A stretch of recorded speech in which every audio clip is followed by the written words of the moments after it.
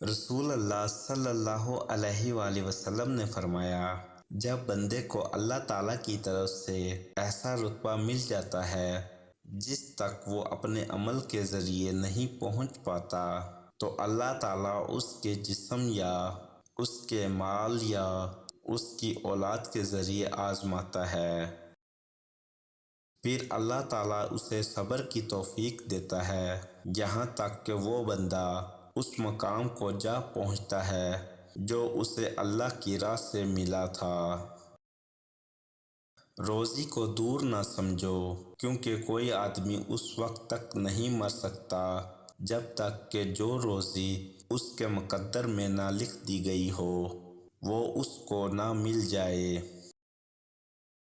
لہٰذا روزی حاصل کرنے میں بہتر طریقہ اختیار کرو، حلال روزی کماؤ اور حرام کو چھوڑ دو۔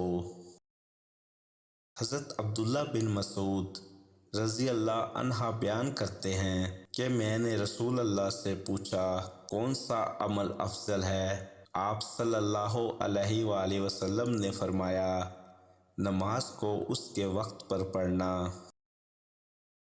میں نے پوچھا، اس کے بعد کون سا عمل؟ فرمایا، والدین کے ساتھ حسن سلوک کرنا۔ میں نے پوچھا، پھر کون سا؟ فرمایا، اللہ کی راہ میں جہاد کرنا۔